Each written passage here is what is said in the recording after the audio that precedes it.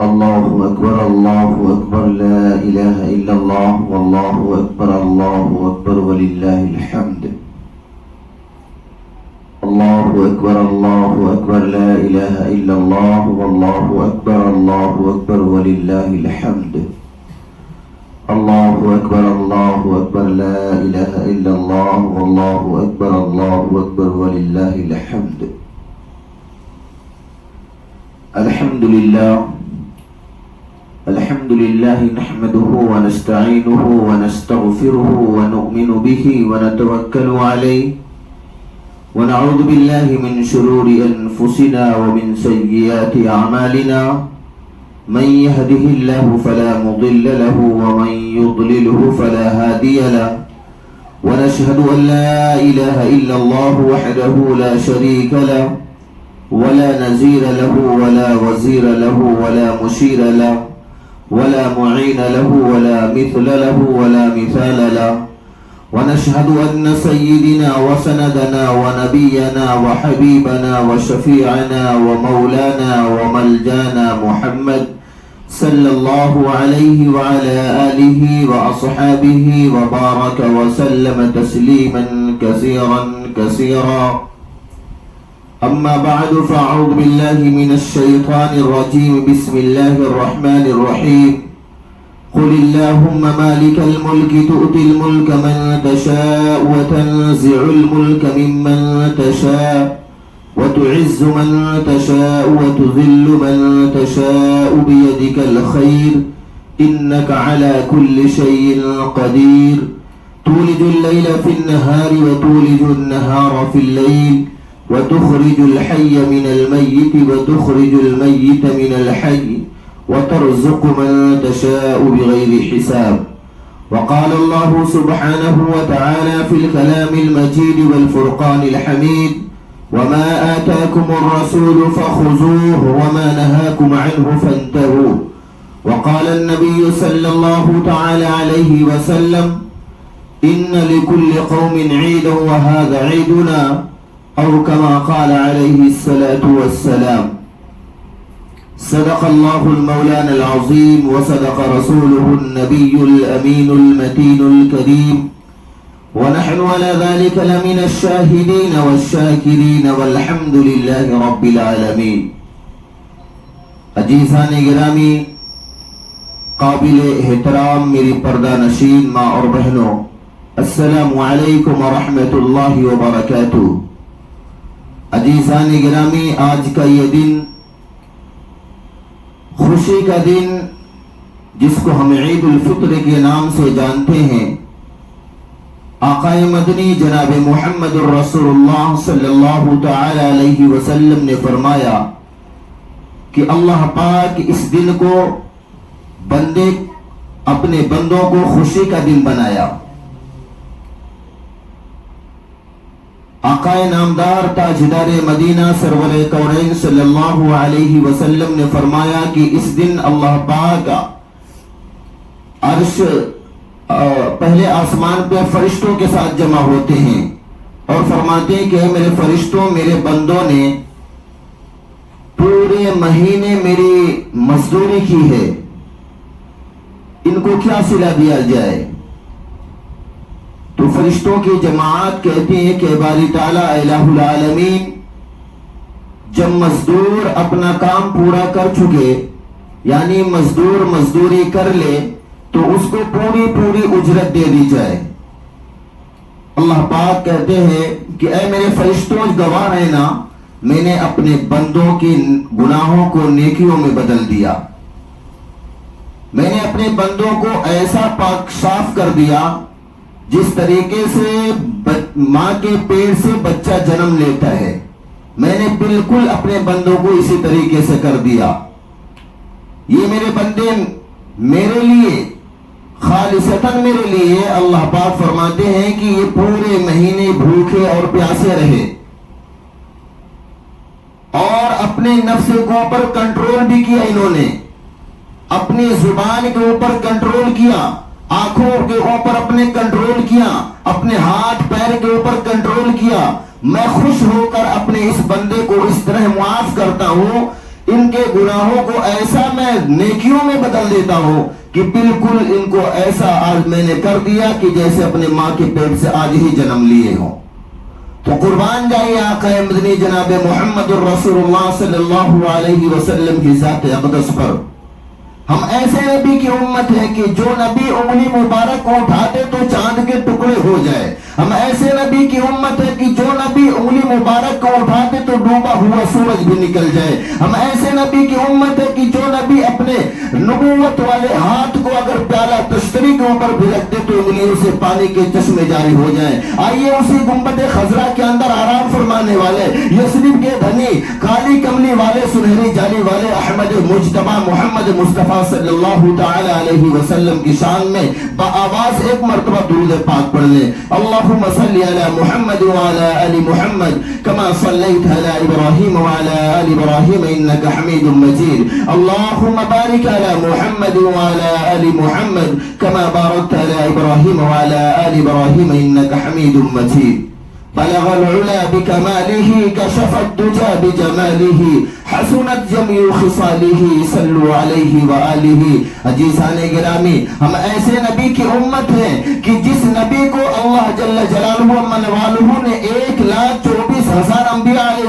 السلام کا امامت کا شرف عطا فرمایا۔ ہم ایسے نبی کی امت ہیں، ہم ایسے نبی کی امت ہے کہ جن کے صدقے میں اللہ پاک نے یہ ساتوں زمینوں اور ساتوں آسمانوں کو پیدا فرمایا۔ ہم ایسے نبی کی امت ہے کہ جن کو اللہ پاک اس دنیا کے اندر بھیجنے سے پہلے کم و بیش 1,24,000 انبیاء علیہ السلام کو اس دنیا کے اندر پیدا فرمایا۔ ہم سب کے آقا جناب محمد الرسول اللہ صلی اللہ علیہ وسلم جب اس دنیا کے اندر آئے تو چاروں طرف اندھیرا چھایا ہوا تھا، ظلم کی ہوائیں پھیلی ہوئی تھی، لیکن قربان جائے آقا مدنی جناب محمد الرسول اللہ صلی اللہ علیہ وسلم کی ذات اقدس پر کہ وہ جب دنیا کے اندر تشریف لاتے ہیں تو یہ چاروں طرف جو اندھیرے کی ہوائیں اندھیرا چھایا ہوا تھا بالکل چھٹ گیا، اور جو ظلم کی ہوائیں پھیلی ہوئی تھی، جو ظلم عام تھا، آقا مدنی جناب محمد الرسول اللہ صلی اللہ علیہ وسلم کے تشریف لانے کے بعد سارے کے سارے ظلم ختم ہو گئے۔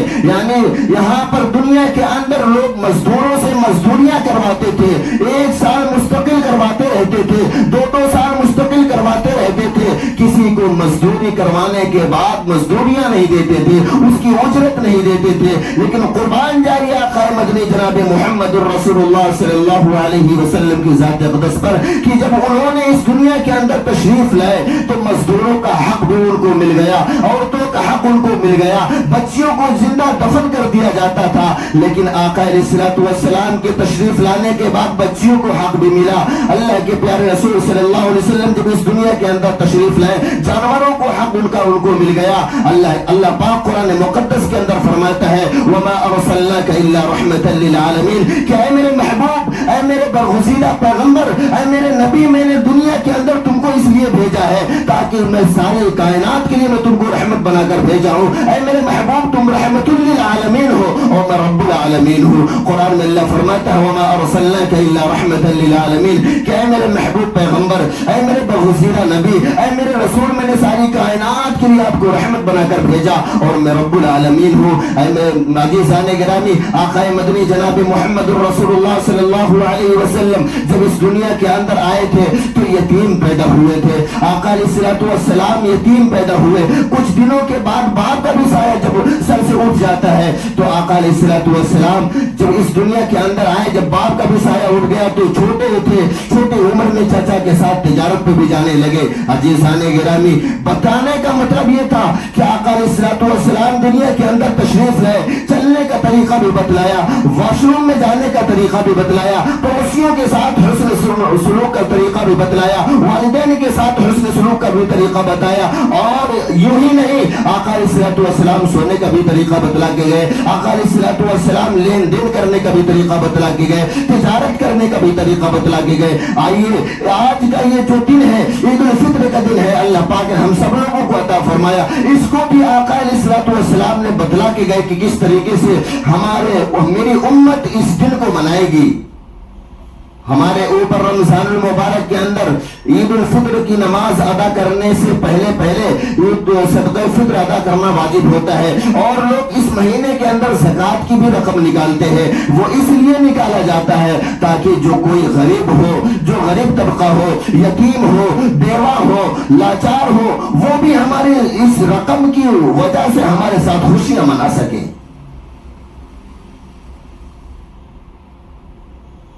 اللہ کے پیارے رسول صلی اللہ علیہ وسلم مکہ المکرمہ میں ہیں، اور اسی مکہ المکرمہ کے اندر ایک 8 سال کا یتیم بچہ رہتا تھا۔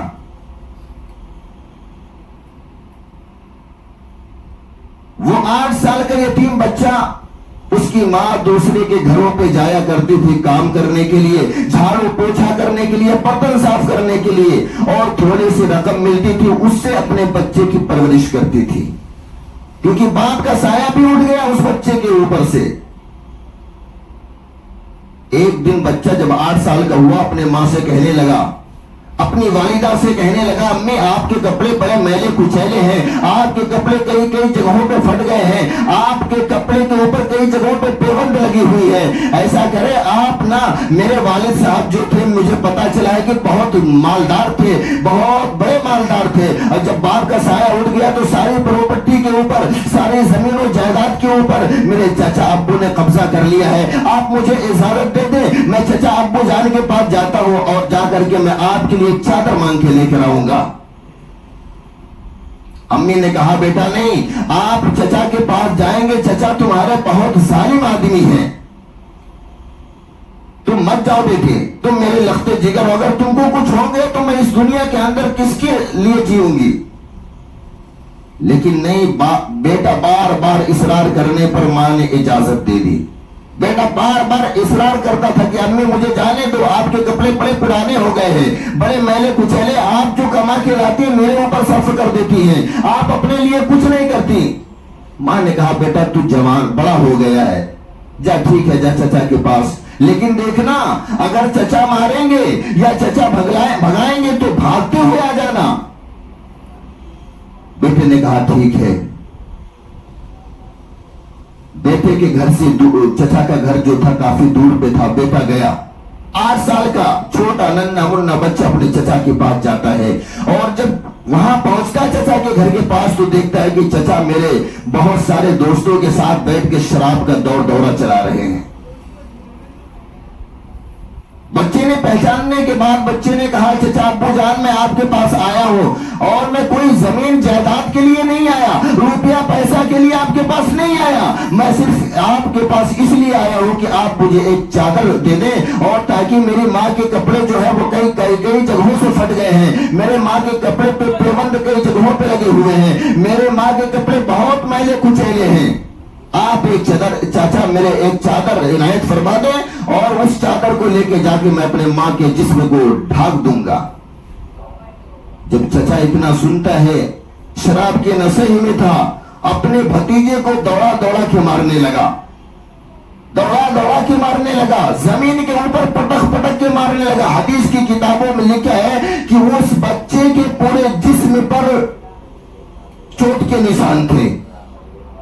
اس بچے کا پورا جسم جو تھا خون سے لہو ہو گیا، اور یہاں پہ بس نہیں کیا، زمین سے پتھر اٹھایا اور اپنے بھتیجے کے سر پہ مار دیا، سر پھٹ گیا اور خون نکلنے لگا، پیر تک خون پہنچ گیا۔ بچہ بے تحاشا روتا ہوا بھاگتا رہا، بھاگتے جاتا رہا، اپنے گھر کی طرف، اپنے گھر کے سمت کی طرف جاتا رہا، اور اس کی زبان پہ ایک ہی لفظ تھا، یا اماں یا اماں۔ ادھر سے اس کے ماں کا دل کے اندر ہلچل ہوتی ہے، ماں بھی گھر سے بھاگنا شروع کرتی ہے، اینا ابنی کی صدائیں لگاتے بھاگتی ہے، اور ادھر سے بیٹا یا اماں کہتے ہوئے بھاگ رہا ہے۔ بتانے کا مطلب یہ ہے کہ اگر بچہ، اللہ پاک ماں اور بیٹے کے دل کا کنیکشن ایسا کنیکشن کرتے ہیں کہ بیٹا اگر ہندوستان کے اندر ہے یا بیٹا سعودی دبئی کے اندر ہے، ماں ہندوستان کے اندر رہتی ہے، بیٹے کے سر میں درد ہوتا ہے تو ماں کے دل کو احساس ہو جاتا ہے، اس کے ماں کے دل کو بے احساس ہوا، وہ اپنے گھر سے یا اینا ابنی کی صدائیں لگاتے ہوئے دوڑ لگا رہی ہے، اور ادھر بیٹے کے سر پہ بہت بھاری وار ہو گیا تھا، بچے کے کپڑے پھٹ گئے تھے. جو بچہ چادر لینے کے لیے گیا ہو اسی کے کپڑے تار تار ہو گئے. وہ بچہ اینا ابنی کی صدائیں لگاتا ہوا اپنے گھر کی طرف جا رہا ہے. راستے میں ایک صحابی رسول صلی اللہ علیہ وسلم ملتے ہیں اور جب بچے کی یہ حالت دیکھتے ہیں کہ یہ اس کا پورا جسم خون سے لہو ہے, اس کا کپڑا جگہ جگہ سے پھٹ گیا ہے, پتا چلتا ہے اس کے اوپر بہت ظلم ہوا ہے. اس بچے کو روکتے بولتے بیٹا کیا ہوا, کیوں رو رہے ہو, تمہارے جسم پہ کپڑے کیوں پھٹ گئے ہیں, تمہارے بدن سے خون کیوں نکل رہا ہے. وہ 8 سال کا معصوم بچہ کہتا ہے میں اپنے چچا کے پاس گیا تھا اور میں اپنے چچا کے پاس صرف چادر لینے کے لیے گیا تھا. میرے ماں کے کپڑے پھٹ گئے تھے, میں زمین و جائیداد کے لیے نہیں گیا تھا, روپیہ پیسہ کے لیے نہیں گیا تھا, میں چادر مانگنے گیا تھا. میں اپنے چاچا سے چادر مانگا, اس کے عوض میں چچا نے چادر تو دیے نہیں, مجھے زمین پہ پٹک کے مارا, دوڑا کے مجھے مارا, پیچھے سے پتھر اٹھا کے میرے سر پہ مار دیا, سر بھی میرا پھٹ گیا. وہ صحابی رسول صلی اللہ علیہ وسلم کہتے ہیں کہ مکہ کے اندر بیٹا کسی کے پاس جاؤ گے تم کو کوئی چادر دینے والا نہیں ہے. تم محمد نام کا ایک شخص مکہ کے اندر ہے, کعبہ شریف کے پاس ملیں گے, اس محمد کے پاس چلے جاؤ, وہ محمد کے پاس جاؤ گے, وہ محمد تمہاری امی کے لیے چادر عطا کر دیں گے. وہ بچہ کہتا ہے نہیں مجھے ابھی کہیں نہیں جانا, میں اینا ابنی کا اینا یا امہ کی صدائیں لگایا, بولا مجھے ابھی اتنے وقت مجھے گھر پہ جانا ہے, میرے ماں سے مجھے ملنا ہے. ادھر سے بچہ بے تحاشا بھاگتا ہوا اپنے گھر پہ جا رہا ہے, ادھر سے اس کی ماں بھاگتے ہوئے آ رہی ہے. راستے میں دیکھتی کہ میرا بیٹا لہان ہے, میرا بیٹا خون آلود ہے, میرے بیٹے کا سر بھی پھوٹا ہوا ہے. وہ ماں دوڑ کر اپنے بیٹے کو اپنے کلیجے سے لگاتی ہے اور کہتی بیٹا میں منع کر رہی تھی نا کہ چچا بڑا ظالم ہے, چچا کے پاس مت جاؤ. میں بار منع کر رہی تھی لیکن تیرے اصرار کرنے کی وجہ سے میں نے تجھے اجازت دے دی. یہ اس کا نتیجہ تم نے دیکھ لیا. اس بیٹے نے یا امہ کی صدائیں لگائے اور وہ ماں اپنے بیٹے کو کلیجے سے لگائے اپنے گھر پہ لے کے آتی ہے, سارے زخم کو صاف کرتی ہے. مرہم پٹی کرنے کے بعد کچھ دیر کے بعد بچہ کہتا ہے امی میں آپ سے بات کہتا ہوں, آپ انکار مت کیجیے, آپ مجھے اجازت دے دیجیے. ماں نے کہا بیٹا کیا بات ہے. اس 8 سال کے معصوم بچے نے کہا جب میں آ رہا تھا مکے سے, چچا کے گھر سے آ رہا تھا, چچا مجھے مار کے بھگا رہے تھے, جب میں بھاگتا ہوا آ رہا تھا تو مجھے ایک شخص ملے, انہوں نے کہا مکے کے اندر بیٹا تجھے کوئی کچھ نہیں دینے والا, کوئی چادر نہیں دے گا, کوئی کپڑے نہیں دے گا, لیکن ہاں مکے کے اندر کعبہ شریف کے پاس ایک محمد نام کا آدمی ہے, اس سے ملاقات کر لینا, اس کے پاس چلے جاؤ, تمہاری امی کے لیے چادر دے دیں گے. امی ایک بار اجازت دے دے, ہمارے گھر سے تو کعبہ بہت قریب ہے, ہم کعبے کے پاس سے اگر آپ محمد مجھے ماریں گے تو میں فوراً بھاگتا ہوا چلا آؤں گا, اگر وہ مجھے میرے اوپر ظلم کریں گے تو میں فوراً بھاگ کے گھر پہ پہنچ جاؤں گا. چچا کا گھر تو دور تھا, وہاں سے میں مار اس لیے کھا لیا کیونکہ وہ چچا کا گھر میرے گھر سے کافی دور پہ تھا, یہ مکہ کعبہ تو ہمارے گھر سے قریب ہے. ماں نے کہا رے بیٹا ابھی تو اپنے وہ جو کلیجے سے لگائی تھی وہ دھکا دے دی اور کہیں بیٹا ابھی تو تم نے نام لیا ہے, ابھی دوبارہ نام لی تو گھر سے تجھے بے گھر کر دوں گی, گھر سے تجھے بھگا دوں گی. اگر محمد کا نام لی, محمد تو وہ آدمی ہے, محمد جادوگر ہے, محمد مجنون ہے, محمد دیوانہ ہے, محمد کا نام نہیں لینا. اس کا چہرہ جو دیکھ لیتا ہے وہ اپنے دھرم سے کنورٹ ہو جاتا ہے, اس کے پاس جو بیٹھ جاتا ہے وہ اپنے دھرم سے بے دھرم دھرم تبدیل کر لیتا ہے, اس سے جو بات کر لیتا ہے وہ اپنے جادوؤں سے اپنے طرف مائل کر لیتا ہے. نہیں بیٹا محمد کے پاس نہیں جانا. اس 8 سال کے معصوم بچے نے کہا نہیں امی میں اپنے دھرم سے نہیں بدلوں گا. وہ کافرہ تھی اس کی ماں, بچہ بھی کافر تھا, اسلام کے اندر داخل نہیں ہوئے تھے وہ لوگ, کلمہ نہیں پڑھے تھے وہ لوگ, لیکن اس بار بچے کے اصرار پہ ماں نے اجازت دے دی. بولے ٹھیک ہے, اگر محمد کسی بات کے لیے تجھے کچھ کہے تو ماننا نہیں, محمد اگر تجھے دھرم بدلنے کے لیے کہے تو تم دھرم نہیں بدلنا, محمد اگر تجھے کچھ بات کرنا چاہے تو سے تو دوسری بات نہیں کرنا. وہ بچے نے 8 سال کے معصوم بچے نے کہا ٹھیک ہے میں امی میں جاتا ہوں. وہ 8 سال کا معصوم بچہ واپس خانے کعبہ کے پاس پہنچتا ہے. حدیث کی کتابوں میں لکھا ہے کہ خانے کعبہ کا ایک چکر لگایا, دوسرا چکر لگایا, تیسرا چکر لگایا, چوتھا چکر لگایا. حدیث کی کتابوں میں آیا ہے کہ 7 چکر اس نے خانے کعبہ کے لگائے, اور حدیث کی کتابوں میں لکھا اس بچے نے کہا میں 7 چکر لگایا, 7 چکر لگانے کے بعد میری نظر ایک ہی شخص کے اوپر جا کے ٹکتی تھی, اور وہ یہی تھا کہ پورے لوگوں میں سب سے زیادہ حسین خوبصورت چہرہ انہی کا ہو نہ ہو, یہی محمد ہوں گے، کیونکہ وہ 8 سال کا معصوم بچہ پہچانتا نہیں تھا کہ محمد کون ہے۔ وہ کہتا ہے کہ اتنا خوبصورت چہرہ ہے، یہ اتنے مجمع کے اندر سب سے زیادہ حسین و جمیل خوبصورت چہرے والے یہی ہیں، ان کے چہرے اتنا چمکتے ہیں، ہو نہ ہو یہی محمد ہے۔ وہ 8 سال کا معصوم بچہ، حدیث کی کتابوں میں لکھا ہے کہ پیچھے سے جاتا ہے اور اپنے ننھے منھے ہاتھوں کو آقا مدنی جناب محمد رسول اللہ صلی اللہ علیہ وسلم کے کندھے مبارک پہ رکھتا ہے اور کہتا ہے اینا محمد۔ اللہ کے پیارے رسول صلی اللہ علیہ وسلم نے اپنے رخ انور کو پھیرتے ہوئے کہتے ہیں ہاں بیٹا تم کون ہو؟ اس بچے نے کہا میں یتیم بچہ ہوں۔ آقا علیہ الصلوۃ والسلام کی ذات اقدس پر قربان جائیے، وہ فوراً کھڑے ہو جاتے ہیں، یتیم کا لفظ سنتے ہی کھڑے ہو جاتے ہیں اور اس بچے کو اٹھا کے اپنی گود میں لے لیتے ہیں۔ وہ نہیں پوچھتے بیٹا تو کس مسلک کا ہے،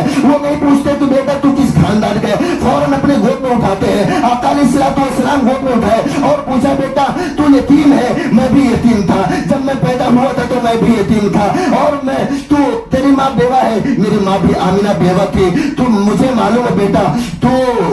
یتیم ہے اور یتیموں کے ساتھ یہ دنیا والے کیا مرسلہ کرتے ہیں، تو بھی یتیم ہے، میں بھی پیدا ہوا تھا تو یتیم تھا، تیری ماں بیوہ ہے، میں پیدا ہوا تھا میری ماں بھی آمینہ بیوہ تھی، بیٹا مجھے یتیموں کا درد معلوم ہے۔ وہ خوب حدیث کی کتابوں میں آیا ہے کہ اس بچے سے آقا علیہ الصلوۃ والسلام خوب پیار کر رہے تھے، اس کی پیشانی کو بوسہ دیے، چومے اپنے سینے سے لگائے اور اس کے بعد بولے کہ بیٹا کس لیے آنا ہوا؟ انہوں نے کہا کہ میں اپنے چچا کے پاس گیا تھا، میرا چچا بڑا مالدار آدمی ہے، میرے والد صاحب کی ساری زمین پر، ساری زمین جائیداد کے اوپر اور سارے مال و متاع کے اوپر میرے چچا نے قبضہ کر لیا ہے، میری ماں بہت غریب ہے، میری ماں یتیم ہے، اس کے بدن پر ایک ہی کپڑا ہے اور وہ بھی کپڑے کئی کئی جگہوں سے پھٹ گئے ہیں، کئی جگہوں پہ پیبند لگا ہوا ہے، اور میری ماں گھروں میں جا کے کام کرتی ہے، دوسرے کے گھر میں کام کرتی ہے، جھاڑو پوچھے کا کام کرتی ہے، اس سے جو تھوڑے بہت رقم ملتے ہیں اس سے وہ اس کو لا کے میرے اوپر خرچ کر دیتی ہے، اپنے لیے کچھ بھی نہیں کرتی۔ میری ماں کے لیے میں اپنے چچا کے پاس گیا تھا، ایک چادر مانگنے کے لیے گیا تھا کہ میں اپنے ماں کے جسم کو چھپا سکوں، اپنے ماں کے جسم کو ڈھانک سکوں، لیکن چچا نے چادر تو نہیں دی، اس کے بدلے میں مجھے زمین کے اوپر پٹک پٹک کے مارا ہے، دوڑا دوڑا کے مارا ہے، اس لیے میں آپ کے پاس آیا ہوں۔ اللہ کے پیارے رسول صلی اللہ علیہ وسلم کی ذات اقدس پر قربان جائیے، اس وقت اس مجمع کے اندر حضرت ابوبکر صدیق رضی اللہ تعالیٰ عنہ بھی تھے، حضرت عمر فاروق رضی اللہ تعالیٰ عنہ بھی تھے، حضرت عثمان غنی رضی اللہ تعالیٰ عنہ بھی تھے، حضرت سلمان فارسی رضی اللہ تعالیٰ عنہ بھی تھے۔ اگر چاہتے تو اللہ کے رسول صلی اللہ علیہ وسلم فرما سکتے تھے اے ابو بکر اس یتیم بچے کو چادر دے دو، اے عمر اس یتیم بچے کو چادر دے دو، اے عثمان اس یتیم بچے کو چادر دے دو، اے سلمان اس یتیم بچے کو چادر دے دو، لیکن نہیں، آقا علیہ الصلوۃ والسلام کی ذات اقدس پر قربان جائیے، انہوں نے اس بچے کو زمین کے اوپر کھڑا کرتے ہیں اور اپنے جسم اطہر سے نبوت والی چادر کو اتارتے ہیں اور کہتے ہیں بیٹا لے یہ چادر لے لے اور اپنے ہاتھوں سے جا کر اپنے ماں کے اوپر ڈال دینا۔ وہ سننا تھا، وہ بچے نے 8 سال کے بچے نے اپنے ہاتھوں میں چادر کو لیا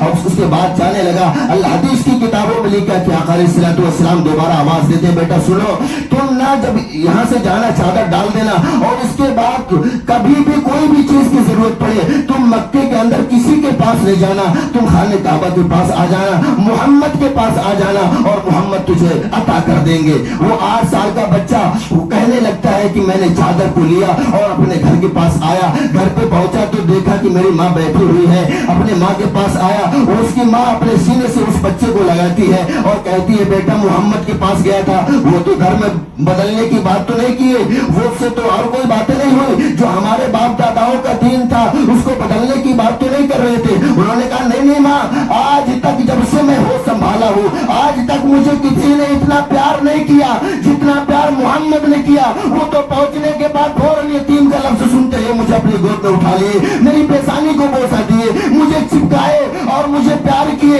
اور کہنے لگے کہ بیٹا یہ چادر لے لے۔ انہوں نے تو یہ بھی نہیں پوچھا تم کس گھر خاندان کے ہو، انہوں نے تو یہ بھی نہیں پوچھا کہ تم کس دھرم کے ہو، انہوں نے چادر اتاری اپنے جسم سے اور دے دیے اور کہا کہ بیٹا لے کر جا اپنے ہاتھ سے اپنے ماں کے اوپر ڈال دینا۔ وہ اپنے ماں کو 8 سال کا معصوم بچہ کہتا امی آگے آئیے اور میں یہ اپنے ہاتھوں سے آپ کے اوپر ڈالتا ہوں۔ اس کی ماں آگے آتی ہے، اس چادر کو اپنے ماں کے اپنے ہاتھوں سے اپنے ماں کے جسم کے اوپر ڈالتا ہے اور اس کے بعد اس کی ماں کے دل کے اندر اللہ پاک نے ایسی چیز ڈال دی، اس کی ماں بے قرار ہو جاتی ہے، بے چین ہو جاتی ہے اور کہتی بیٹا مجھے بھی محمد کے پاس لے کے چل، میں بھی کلمہ کلمہ پڑھ کے مسلمان ہونا چاہتے ہو, اسلام کے اندر داخل ہونا چاہتے ہو, وہ 8 سال کا بچہ اپنی ماں کی انگلی پکڑ کر خانہ کعبہ کے پاس لاتا ہے, اور اللہ کے رسول صلی اللہ علیہ وسلم کی ذات اقدس پر قربان جائیے, انہوں نے کہا کہ وہ 8 سال کے معصوم بچے کی ماں کہتی کہ محمد کلمہ پڑھا دیجئے, اے محمد کلمہ پڑھا دیجئے, ہم بھی اسلام کے اندر داخل ہونا چاہتے ہیں. ایک آواز بلند ہوتی ہے,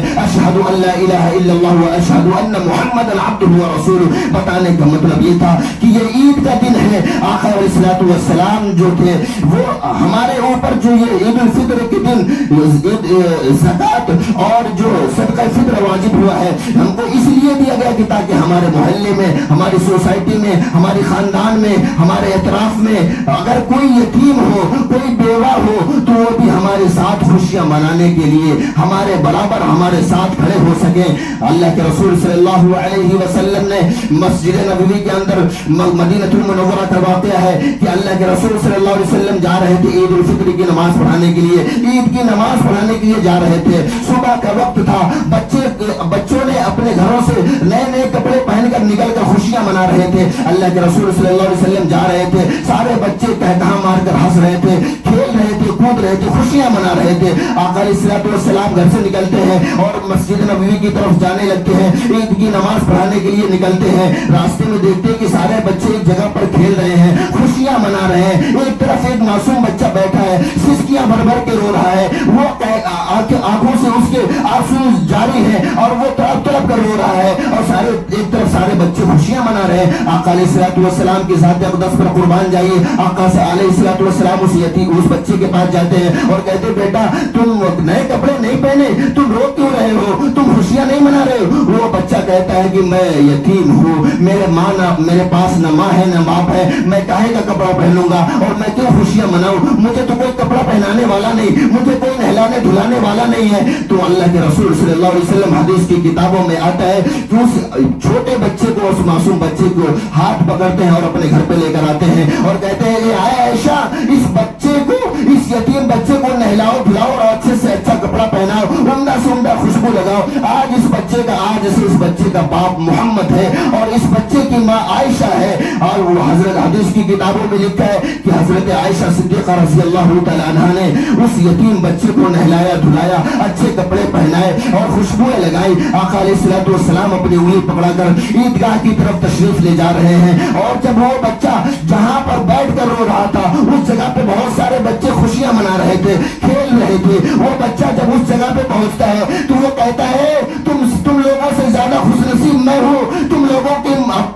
کے ابا ہوں گے جو ہوں گے, لیکن آج سے میرا باپ جو ہے محمد ہے. تم لوگوں سے خوش نصیب میں ہوں کیونکہ آج سے میری ماں جو ہے وہ عائشہ ہے. اللہ کے رسول صلی اللہ علیہ وسلم عید کی نماز پڑھانے کے لیے اس بچے کو عیدگاہ تک لے کے جاتے ہیں. عید کی نماز پڑھانے کے بعد لاتے ہیں. بتلانے کا مطلب یہ ہے کہ اللہ کے رسول صلی اللہ علیہ وسلم نے فرمایا کہ اپنے شفقت کے ہاتھ یتیموں کے سروں پہ رکھو, اپنے شفقت کے ہاتھ بیواؤں کے سروں کے اوپر رکھو, اپنے شفقت کے ہاتھ غریبوں کے اوپر رکھو, تاکہ تم اگر جو شخص, اللہ کے رسول نے فرمایا جو بندہ میرا جو بھی امتی اپنے شفقت کے ہاتھ کسی یتیم کے اوپر رکھتا ہے, کسی غریب اور مفلس کے اوپر رکھتا ہے, تو خدا کی قسم فزت برب الکعبہ, رب کعبہ کی قسم, آقا علیہ الصلوۃ والسلام نے فرمایا جب تک میں اس کو جنت تک نہیں پہنچا دوں گا اس کا ہاتھ میرے ہاتھ سے نہیں چھوٹے گا. عزیزان گرامی, اللہ کے رسول صلی اللہ علیہ وسلم نے فرمایا کہ یتیموں کے ساتھ کس طرح سے معاملہ پیش کرنا چاہیے, یتیموں کے سروں پر کس طریقے سے ہاتھ رکھنا چاہیے, بیواؤں کی کس طریقے سے مدد کرنی چاہیے. آج اگر ہم مدد بھی کرتے ہیں تو 10 آدمی کو دکھلا کے کرتے ہیں تاکہ ہمارا نام و نمود ہو. اس طریقے سے اگر کسی کی مدد کی جاتی ہے, آج تو ایک فیشن بن گیا, اگر ہم کسی کو 1 کلو شکر بھی دیں گے تو سیلفی لے کر دیں گے اور اس کو انٹرنیٹ پہ ڈالیں گے. اس طریقے کی مدد کرنا حرام ہے. اگر کوئی خوددار آدمی ہوگا تو اس طریقے سے نہیں کرے گا, بھوکا رہنا پسند کر لے گا, تڑپ کے مرنا پسند کر لے گا, اپنی عزت کو نیلام نہیں کرنے دے گا. قرآن کہتا ہے وَمَا آتَاكُمُ الرَّسُولُ فَخُذُوهُ وَمَا نَهَاكُمْ عَنْهُ فَانْتَهُوا, کہ اگر میرا محبوب کسی کام کو کرنے کا حکم کرے تو وہ اس کو کرنا اس کے لیے ضروری ہو جائے گا. اگر میرا محبوب کسی کام سے تم کو روکے تو اس سے آپ کو رکنا ضروری ہو جائے گا. اللہ کے پیارے رسول صلی اللہ علیہ وسلم مدینہ المنورہ کے اندر ہیں. ایک مرتبہ اعلان فرماتے ہیں کہ مکہ کے لوگ بہت ظلم کر رہے ہیں آپ لوگوں کے اوپر. اے میرے صحابہ اور اے میری صحابیہ، اللہ مکہ کے اندر رہنے والے جتنے بڑے بڑے مشرکین ہیں، مکہ کے اندر بڑے بڑے چودھری ہیں، وہ آپ لوگوں کے اوپر بہت ظلم کر رہے ہیں. آپ لوگ ہجرت فرما کر مدینہ چلے آئیں اور میرے دامن میں آ کر کے پناہ لے لیں. یہ اعلان سننا تھا کہ مکے کے اندر ایک ہلچل مچ گئی. ایک صحابیہ ہیں جن کا نام ام شریک رضی اللہ تعالی عنہا ہے. وہ جب یہ سنتی ہے کہ آقا علیہ الصلوۃ والسلام اعلان فرما دیے کہ مکہ کے ظالموں نے آپ لوگوں کے اوپر ظلم کے پہاڑ ڈھائے ہیں،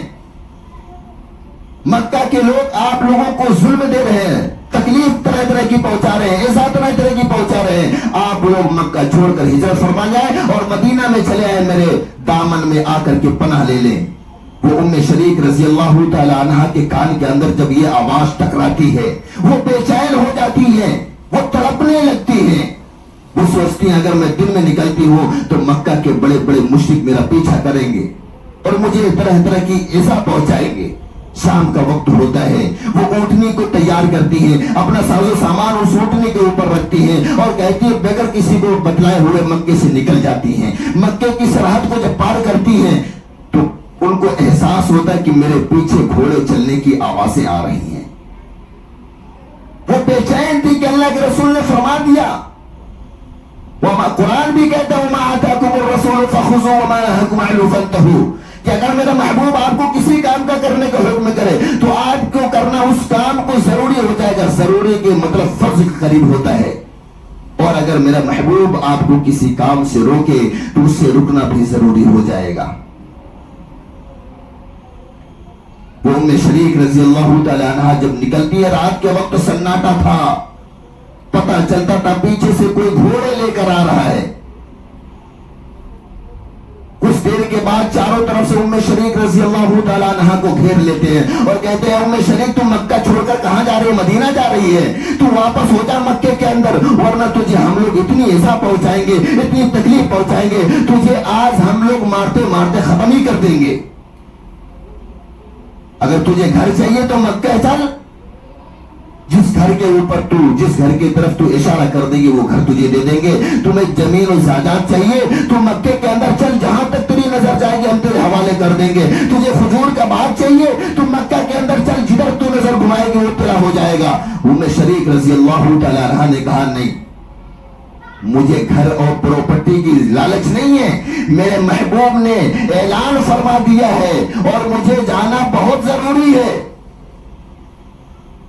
کچھ بھی ہوتا ہے آپ میری جان لے لو، ابھی تو اللہ پاک نے مجھے ایک جان دی ہے. قسم خدا کی اگر اللہ پاک مجھے 100 جان دیتے اور میں 100 کی 100 جان قربان کر دیتی پھر بھی مکہ واپس نہیں ہوتی.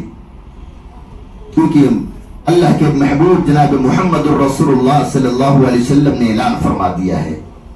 حدیث کی کتابوں میں آتا ہے کہ وہ ظالم مکہ کے مشرک جو تھے وہ ام شریک رضی اللہ تعالیٰ عنہ کو بے تحاشا مارنے لگتے ہیں اور مارتے مارتے ان کے پورے جسم کو لہو کر دیتے ہیں. حدیث کی کتابوں میں آیا ہے کہ ام شریک رضی اللہ تعالیٰ عنہ نے کبھی بھی اپنے ایمان سے سودا نہیں کیا. حدیث کی کتابوں میں لکھا ہے کہ ام شریک رضی اللہ تعالیٰ عنہ کو جب وہ ظالم مار رہے تھے اور کہہ رہے تھے کہ واپس مکے ہو جا ورنہ تیرے ساتھ یہی حشر ہوگا، ہم پہاڑ سے نیچے کھائی کے اندر کھڈے کھودیں گے اور اوپر سے نیچے ڈھکیل لیں گے، تو نیچے سے آواز دیتی رہے گی، اوپر والے اگر جاتے بھی رہیں گے تو تیری آواز نہیں سننے والے. حدیث کی کتابوں میں آیا ہے کہ وہ مکہ کے مشرک جو تھے، مکہ کے ظالم جو تھے، ام شریک رضی اللہ تعالیٰ عنہ کے ہاتھ میں ہتھکڑیاں پہنا دی، پاؤں میں بیڑیاں پہنا دی اور سینے کو ہاتھ کو لے کر کے پیچھے سے پٹے سے باندھ دیے. انہوں نے کہا بھائی مارو مت، یہ خود مر جائے گی، پہاڑ سے نیچے اترو اور ایک کھڈا کھودو، پہاڑ سے نیچے اس کھڈے میں اس کو ڈھکیل دو، یہ پانی اس کو نہ ملے گا اور اس کو جب پانی اور کھانے نہ ملیں گے تو یہ خود مر جائے گی.